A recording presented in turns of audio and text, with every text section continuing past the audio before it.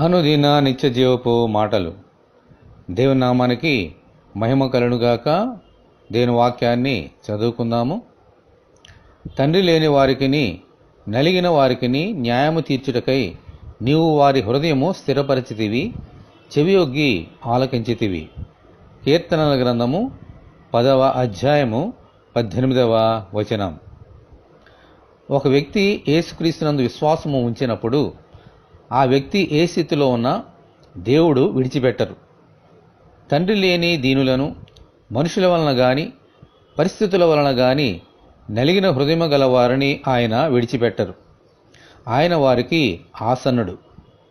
ఎటువంటి భయంకరమైన పరిస్థితుల్లో ఉన్నా దేవుని యందు విశ్వాసం విడిచిపెట్టని వారిని ఆయన ఎన్నడూ విడిచిపెట్టరు.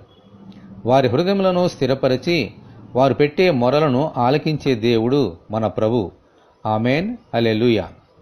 ఇజ్రాయేలీయులు ఐగుప్తు దేశంలో ఫరో రాజు చేతి క్రింద నలిగి దీనస్థితిలో ఉన్నప్పుడు వారు పెట్టిన మొరను ఆలకించి దైవజనుడైన మోషే ద్వారా వారిని విడిపించి వాగ్దాన దేశంలోనికి నడిపించారు. ఆమెన్. మనము కూడా ఎటువంటి దీనస్థితిలో ఉన్నా, నలిగిన అనుభవంలో ఉన్నా మనలను ఆదరించి స్థిరపరిచే దేవుడు ఉన్నారని మరొక ఆయన యందు విశ్వాసము ఉంచాలి. అప్పుడు మన పక్షమున న్యాయము చేసేవాడు ఆయనే. దేవునికి స్తోత్రము కలుగునుగాక. ఆమెన్. ఇలాగూ దయచేయమని మనందరం కూడా దేవుని ప్రార్థన చేసుకుందాము. ప్రభువా, మీకు వందనాలు. దిక్కులేని వారికి నలిగిన వారికి మీరే తండ్రి, మీరే దిక్కు.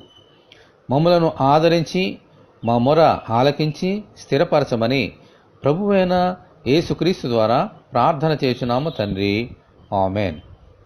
ప్రభువైన యేసుక్రీస్తు కృప మనకందరికీ తోడే ఉండి నడిపించునుగాక. ఆమెన్.